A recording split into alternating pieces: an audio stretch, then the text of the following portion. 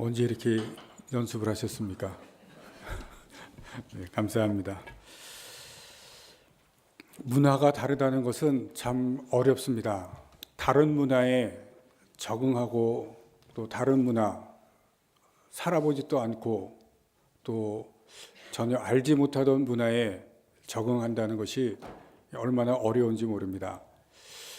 제가 처음 결혼을 하고 얼마 있지 않은 후에 경북 점촌이라는 곳에 가서 신혼생활을 하게 되었는데, 물설고 낯선 곳에 가서 이제 처음으로 새로운 문화에 가서 적응을 하는데, 음식도 다르고 말을 하는데 도대체 무슨 말을 하는지 알아듣기고 힘든 그런 전혀 새로운 문화에서 살아가는 것이 얼마나 어렵다는 것을 처음으로 알게 되었습니다.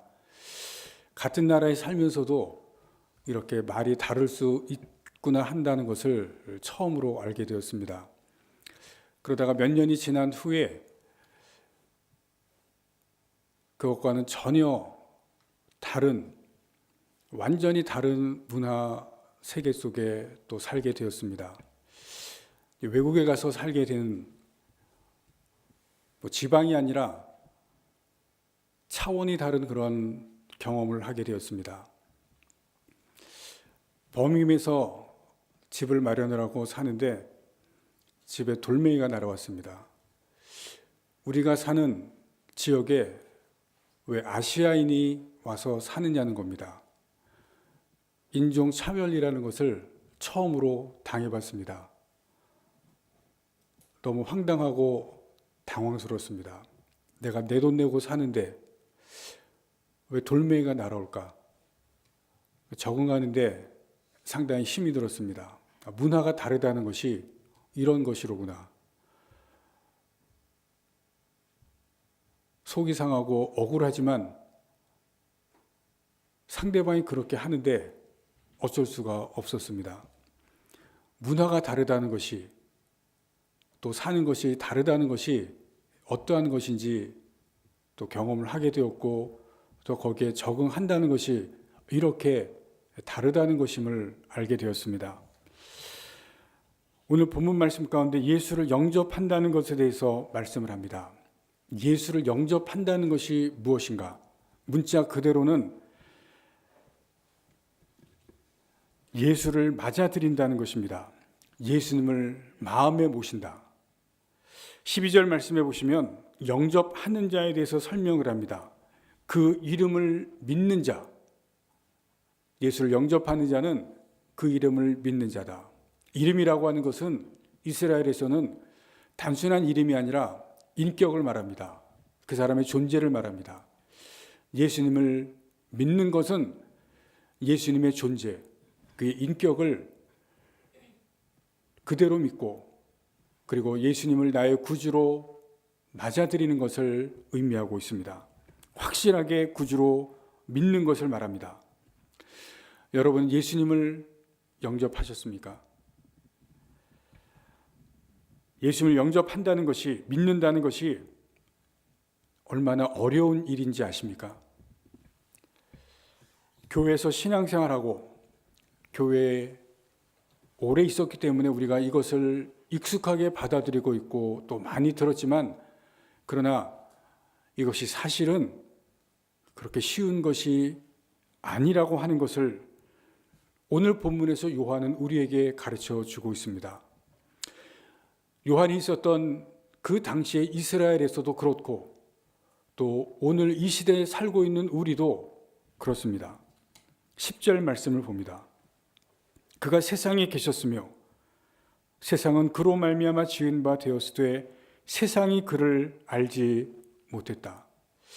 10절에 보시면 예수님이 세상에 계셨다고 말씀합니다. 또 9절에 보면 참빛, 곧 세상에 와서 각 사람에게 빛이 비추고 있었다고 이야기합니다. 예수님께서 세상에 이미 계시고 또 빛으로 비추고 계셨는데 10절 마지막에 보시면 세상이 그를 알지 못했다.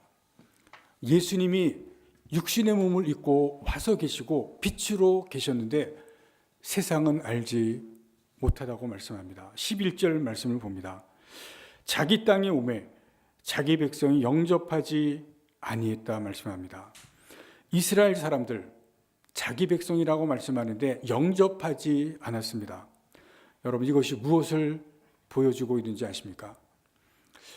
세상에 있는 사람들, 또 그 당시에 이스라엘 사람들, 예수님을 맞아들이지 않고 또 예수님을 믿지 않는 것이 일반적인 것이라고 하는 것을 말씀을 하고 있습니다. 예수님을 믿지 않는 것이 보편적이라는 것을 말씀을 하고 있습니다. 우리가 지금 생각하고 있는 것처럼, 우리가 지금 교회에서 익숙한 것처럼 예수님을 믿는 것은 쉬운 것이 아니라, 또 일반적인 것이 아니라 믿지 않는 것이 일반적이고 보편적이라는 것입니다. 이것이 상식적인 것이라고 말씀을 하고 있습니다. 우리가 생각하는 것이 일반적인 것이 아니라는 것을 요한은 우리에게 가르쳐 주시고 있습니다. 왜 그런지 아십니까? 세상 사람들에게 예수님이 하나님의 아들이라고 말하면 세상 사람들은 받아들이지 않습니다. 세상 사람들에게 예수님이 신이라고 얘기하는 것, 그래서 이 땅에 와서 인간이 되었다고 얘기하는 것, 어떻게 받아들이겠습니까? 비상식적이라고 이야기합니다. 비이성적이라고 얘기합니다. 예배가 끝나고 여러분들이 길거리에 나가서 예수 믿지 않는 사람에게 지금 제가 얘기한 것을 얘기하면 코웃음을 치고 여러분들에게 이상한 사람이라고, 왜 나에게 그런 말을 하느냐고 말대꾸를 할 겁니다. 그런 말 하지 말라고 여러분들에게 타박을 할 겁니다. 그것이 일반적인 반응입니다. 요한은 지금 우리에게 그것을 가르쳐 주고 있습니다. 이상한 것이 아니라 그것이 일반적인 반응이고 일반 사람들의 태도인 것을 말하고 있습니다. 이상하게 생각하지 말라는 것입니다.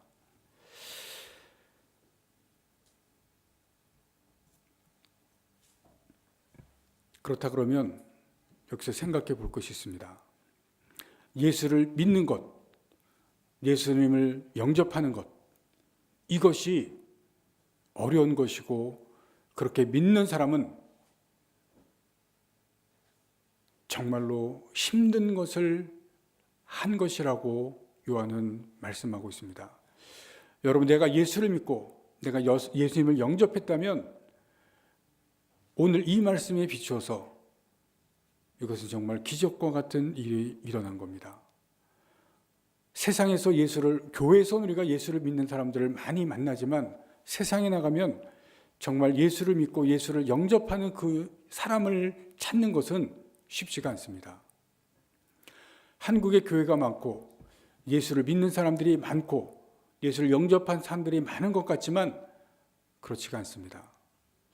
제가 수년 전에 어느 집회에 참석을 했습니다.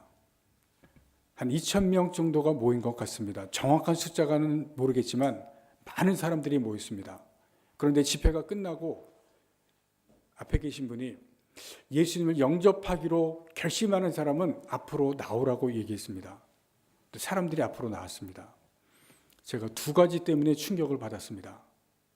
하나는 앞으로 나온 분 중에 예수님을 영접하기로 결심하기로 하고 앞으로 나오신 분 중에 직분자들이 있었습니다. 앞으로 나왔는데 집사님들이 있었고 권사님들이 있었습니다. 예수님을 영접하기로 했는데 앞으로 나오신 분 중에 집사님들, 권사님들이 있었습니다. 두 번째로 제가 충격받은 것은 앞으로 나온 사람들이 엄청나게 많았다는 사실입니다. 그런데 그 사람들이 다 예수를 안 믿는 사람이 아니고 초신자가 아니고 다 교회 다니는 사람이었습니다. 지금 한국 교회에서 교회 다니는 성도들 중에 예수님을 영접하지 않고 예수님을 믿지 않는 사람들이 교회 다니는 사람들이 많이 있었다는 사실에 목사로서 충격을 받았습니다. 이것이 현실이구나. 교회 직분자들 중에서 직분을 가지고 있고 또 교회 다니는 성도들 중에서 예수님을 믿지 않고 예수님을 영접하지 않는 그리스도인들이 많이 있구나. 너무나 놀랐습니다. 수많은 사람들이 앞으로 나오는데 그들이 다 교회를 다니는 성도들이었다는 것이었습니다. 교회를 다니는 사람들은 많지만 그러나 정말로 예수를 믿고 정말로 영접하는 그러한 그리스도인들은 우리가 얼마나 되는지는 알지 못한다는 사실입니다. 그리고 그 이외에 교회를 다니지 않고 예수를 믿지 않는 사람들은 훨씬 더 많다는 것입니다. 무엇을 말씀하십니까? 오늘 10절, 11절에서 보여주는 것처럼, 요한이 말하는 것처럼 세상은 예수님을 하나님의 아들로 또 예수님을 구주로 믿지 않는 것이 일반적이고 보편적이라는 것을 보여주고 있습니다. 그래서 내가 예수님을 믿고 내가 예수님을 영접한다는 것은 이것은 정말 어려운 일이고 내가 그렇다고 한다면 이것은 나에게 기적과 같은 일이 일어났다는 것을 여러분들이 아시기를 바랍니다. 요한이 지금 그것을 우리에게 말씀해 주고 있습니다. 예수를 믿는다는 것은 내가 예수님을 구주로 영접한다는 것은 놀라운 일이 일어난 사실이라는 것을 여러분 아시기를 바랍니다. 이것은 정말 놀라운 일이 한 사람 한 사람에게 일어났다는 사실입니다. 다시 한번 말씀을 보십시오. 예수님께서 세상에 계셨지만 세상은 영접하지 않았고 또 세상은 받아들이지 않았습니다. 그때도 그랬지만 지금도 그랬다는 것입니다. 지금도 그러고 있다는 사실입니다.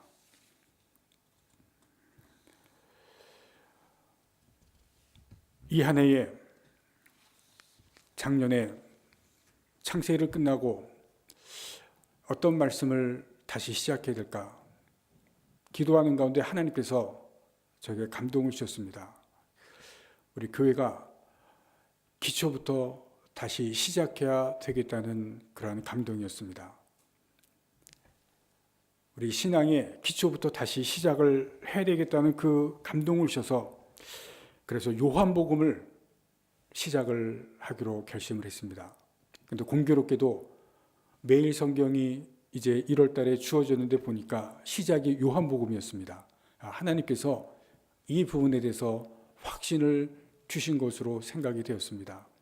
여러분, 요한복음 시작하면서 우리가 우리의 신앙을 기초부터 다시 다짐하면서 여러분들 하나님 우리 주님께서 여러분들의 마음속에 임하시기를 간절히 바라시기를 바랍니다. 정직하게 자신을 보면서 우리 자신을 점검해 나가시는 시간이 될 수 있기를 바랍니다. 우리가 예수님을 믿고 영접하는 이 부분에 있어서 다양한 현상이 몇 가지 현상이 나타나는 것을 볼 수가 있습니다. 어떤 사람은 예수님을 철저하게 반대하고 예수님께 철저하게 믿음을 반항하는데 그런 사람이 예수님을 믿는 일이 일어나게 되는 것을 볼 수가 있습니다. 대표적인 것이 사도 바울입니다. 그런데 사도 바울뿐만이 아니라 다른 사람도 예수님을 철저하게 반대하는데 예수님을 믿는 사람이 있습니다. 작년에 배너라는 영화가 다시 상영이 됐습니다. 혹시 보신 분들 계실지 모르겠습니다. 근데 배너는 원래 소설입니다.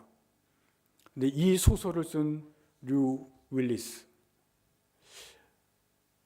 기독교가 얼마나 허구고 기독교가 얼마나 잘못되어 있는지를 자기가 글로 써보겠다고 작정을 했습니다.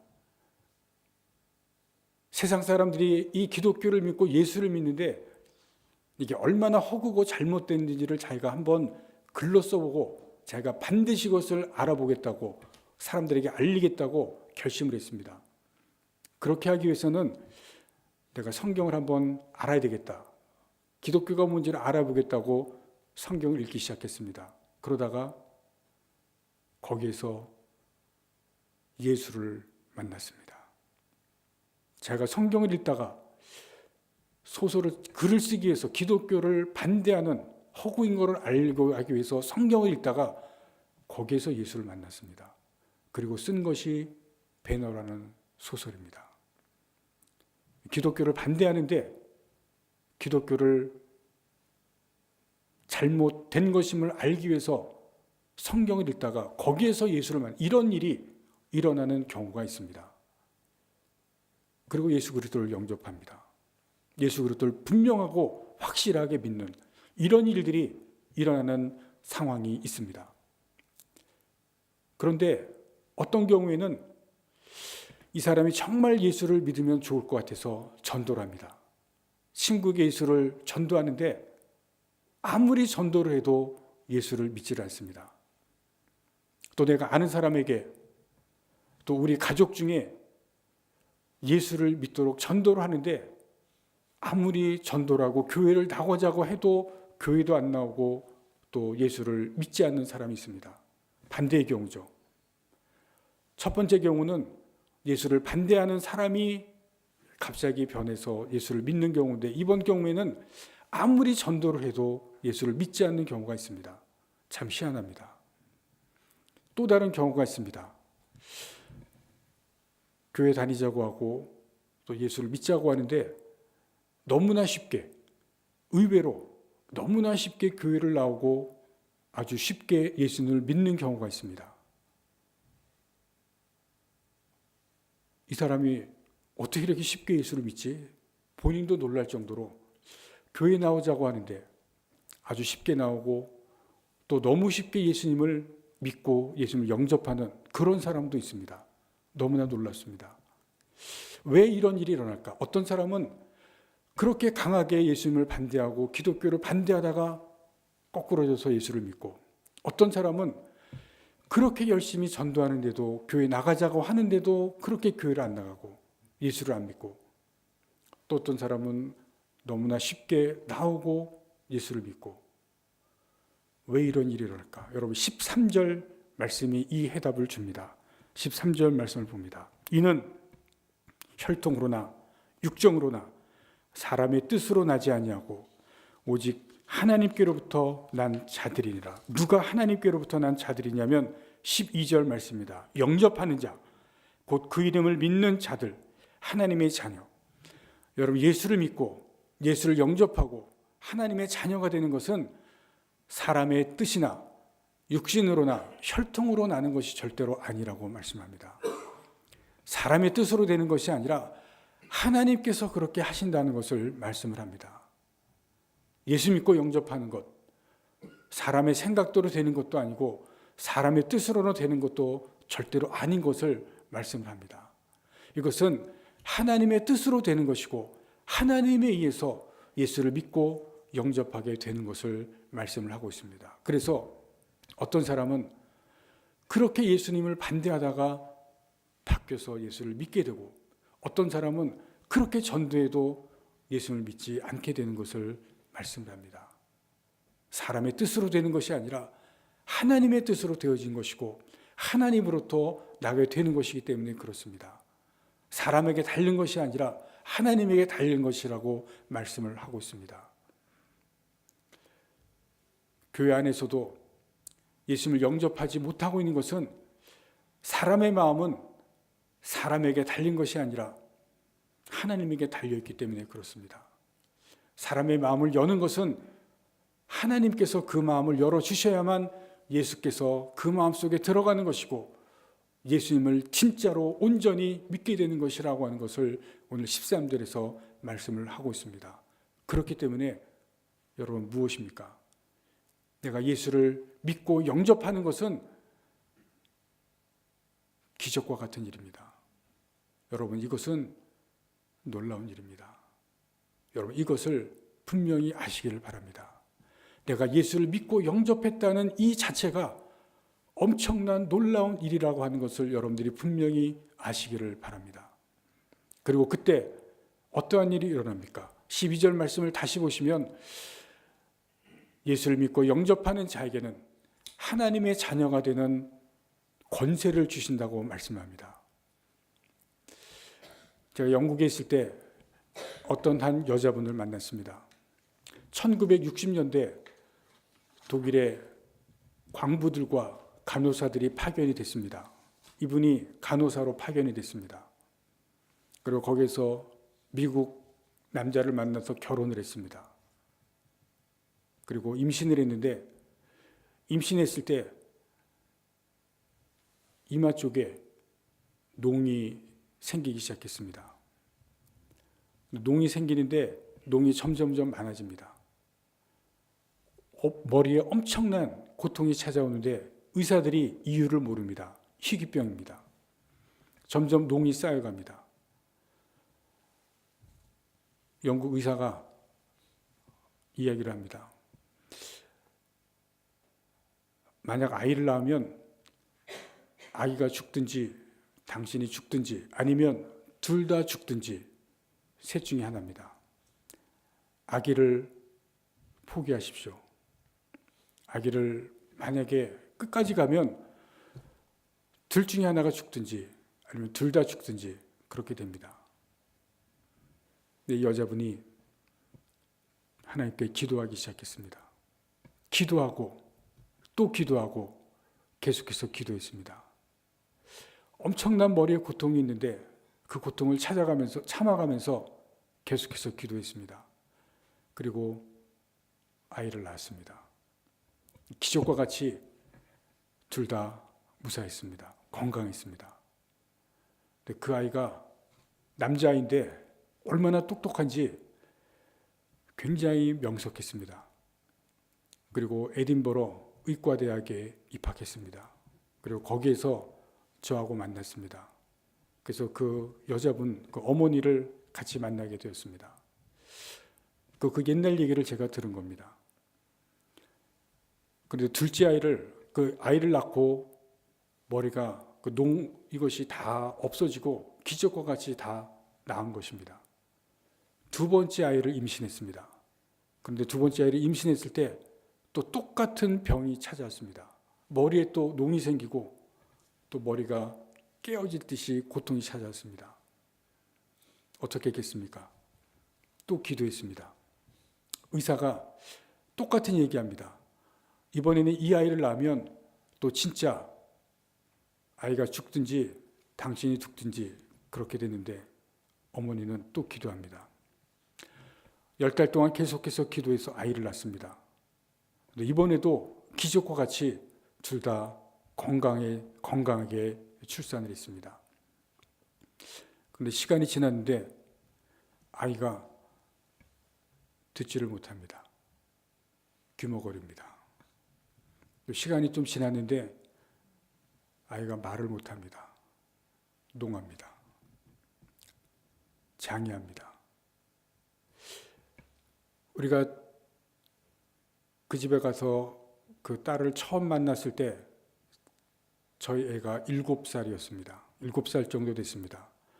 근데 그 딸과 저희 애가 같이 노는데 정신연령이 비슷했습니다.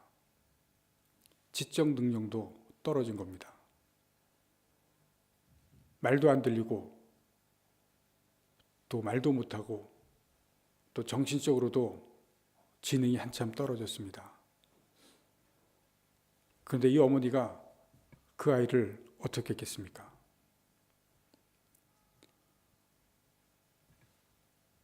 그 아이를 자기 능력 최선을 다해서 사랑하면서 키웁니다. 이유가 뭡니까? 자기 자식이기 때문에 그렇습니다. 그리고 그 아이에게 말을 가르치기 시작했습니다. 말을 못하는데 아이에게 영어 단어 하나하나 열심히 가르치면서 말을 배우게 했습니다. 저희 딸과 만났을 때 말을 못했다고 얘기를 들었는데 그 아이가 더듬더듬 말을 하더라고요. 왜 그 아이에게 말을 열심히 해서 가르쳤을까요? 이유는 하나입니다. 자기 자식이기 때문에 그렇습니다. 자기 자녀이기 때문에 말을 못하던 아이에게, 지능도 떨어지는 아이에게 어머니가 열심히 가르친 것입니다. 모든 부모는 자기 자녀를 사랑합니다. 자기 자녀이기 때문에 사랑하는 것입니다. 하나님은 어떻겠습니까? 하나님은 우리보다 더 사랑이 크기 때문에 하나님은 우리보다 더 자녀를 사랑하십니다. 하나님의 사랑이 우리의 사랑보다 더 크기 때문에 그 하나님의 사랑이 나타난 것이 바로 십자가입니다. 하나님의 사랑이 나타난 것, 바로 십자가입니다. 한 가지 질문을 드리겠습니다. 여러분, 사람 중에 가장 무서운 사람이 누군지 아십니까? 가장 무서운 사람. 죽기로 각오한 사람입니다. 죽음을 각오한 사람은 모든 것을 다 포기하고 모든 것을 다 희생하기로 각오했기 때문에 그런 사람을 만나면 가장 두렵습니다. 무서울 것이 없습니다. 세상을 포기한 사람이 아니라 죽음을 각오한 사람을 만나면 여러분 가장 두렵습니다. 두려울 것이 없고 못할 것이 없습니다. 그래서 무섭습니다. 예수님께서 이 땅에 오셨을 때 죽음을 각오하셨습니다. 그렇게 예수님께서 오셨기 때문에 예수님은 무서운 분입니다. 그런데 예수님께서 왜 죽음을 각오하셨습니까? 우리를 사랑하시기 위해서 죽음을 각오하셨습니다. 바로 저와 여러분을 위해서 죽음을 각오하시고 이 땅에 오셨습니다. 그래서 예수님은 무서운 분입니다. 두려운 분입니다. 그런데 예수님은 죽음을 각오하실 뿐만이 아니라 실제로 죽으셨습니다. 십자가에서 죽으셨습니다. 각오해서 끝나는 것이 아니라 우리를 사랑하시기 때문에 십자가에서 죽으신 분이 예수님입니다. 예수님께서 돌아가실 때 하나님께서 하셨습니다. 무엇을 하신 것이 있습니다. 그것이 무엇인지를 이사야서 53장 10절에서 이렇게 기록하고 있습니다. 여호와께서 그로 상함을 받게 하시기를 원하셨다. 하나님께서 상함을 받고 죽게 하시기를 원하셨다고 말씀합니다. 예수님께서 엄청난 사랑을 보여주시기 위해서 아들을 상하게 하시고 죽게 하시기를 원하셨다고 말씀합니다. 하나님의 자녀가 엄청난 사랑을 받는 그 특권이 무엇인지를 우리에게 말씀하십니다. 하나님의 자녀가 되시나 하나님께서 이렇게 사랑해 주신다고 말씀합니다. 그 아들을 죽게 하시고 그 아들을 상하게 하시고 그 아들을 십자가에서 내어주는 그 사랑이 하나님의 자녀가 되는 그 자녀에게 주시는 그 특권, 그것이 바로 예수님을 영접하는 자에게, 자녀가 되는 자에게 하나님께서 주시는 것이라고 말씀을 합니다. 우리가 하나님으로부터 멀어져도 여전히 사랑해 주십니다. 하나님께서 싫어하시는 일을 해도 여전히 하나님께서 사랑해 주시는 것을 말씀합니다. 내가 하나님께로부터 잘못된 것을 해도, 죄를 지어도 하나님은 우리를 사랑해 주신다고 말씀합니다.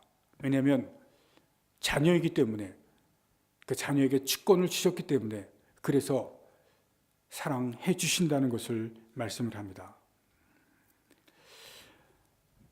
영접과 하나님의 자녀가 되는 것, 이것은 끝이 아니라 시작입니다. 신앙의 길을 걸을 때 이제 그때부터 이 영접과 하나님의 자녀가 되는 것은 시작하는 것을 말씀합니다. 예수님을 영접하는 이 부분은 일생에 단 한 번 하는 것입니다. 그러나 여기에서 우리가 생각해 볼 것이 있습니다. 예수님을 내 구주로 영접하고 마음속에 모시는 것, 이것은 단 한 번으로 끝나지만, 그러나 예수님을 마음속에 우리가 모셔드리는 것은 계속해서 마음속에 모셔드리는 것입니다. 이것을 여러분들이 잘 구분하실 수 있기를 바랍니다. 왜냐하면 우리가 하나님의 자녀가 되긴 했지만, 또 예수님을 마음속에 영접했다면 영접하기는 했지만 우리의 마음은 세상을 향해서 나아갑니다. 우리의 마음이 세상에 계속 빼앗깁니다. 우리의 마음을 이끄는 것이 많이 있기 때문에 우리는 거기에 마음을 계속해서 빼앗길 때가 많이 있습니다. 그래서 예수님을 내 마음속에서 내보내고 내가 내 마음대로 하는, 내가 내 마음속에서 주인이 돼서 사는 그러한 상황이 너무나도 많이 일어나게 됩니다. 내가 예수님을 정말 믿고 예수님을 정말 영접하기는 했지만 그러나 그럼에도 불구하고 내 마음속에서 영접했던 그 예수님을 다시 내보내고 내 마음대로 살은 그러한 상황들이 우리 안에는 또 우리 삶 속에는 많이 일어나게 됩니다. 이럴 때 우리가 해야 될 것이 있습니다.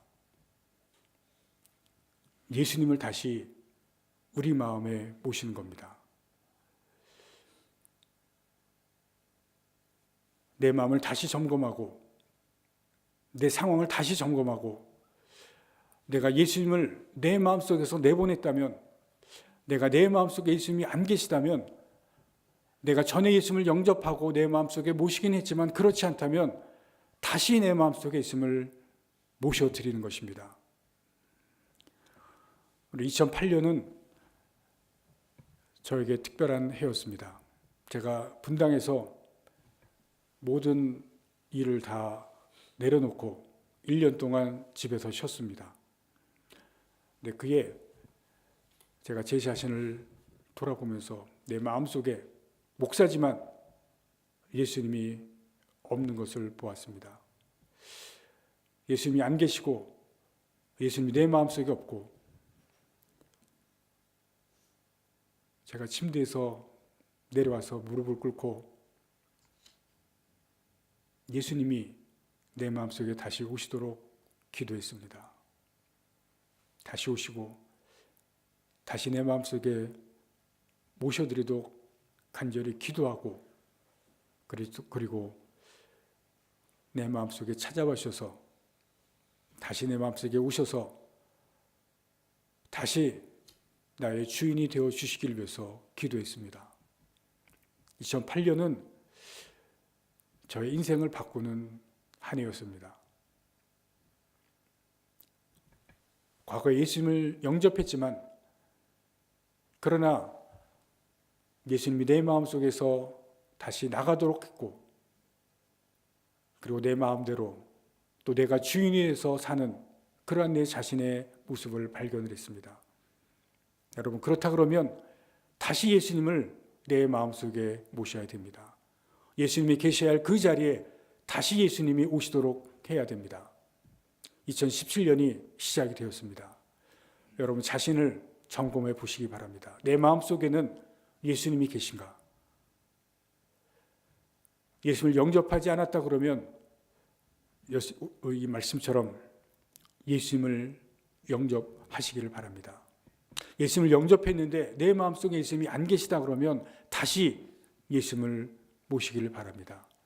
예수님이 계실 그 자리에 예수님이 계시도록 하시고 예수님이 여러분의 주인이 되어주시는 그런 이 해가 되기를 간절히 바랍니다. 여러분, 예수님이 내 마음속에 오시도록 그렇게 예수님을 모시고 기도하면 예수님은 반드시 여러분의 마음속에 오셔서 여러분이 오시도록 하는 그 자리에 예수님은 오십니다. 이 한 해가 여러분이 기도하시고 예수님을 모시고 그렇게 사시는 한 해가 되기를 바랍니다. 또 예수님께서 여러분들로부터 마음이 나가시고 여러분이 그렇게 하신다면 또 여러분이 기도하시는 그러한 해가 되기를 바랍니다. 예수님을 모시는 것은 여러분이 마음속에 없다 그러면 계속해서 여러분이 기도를 하셔야 됩니다.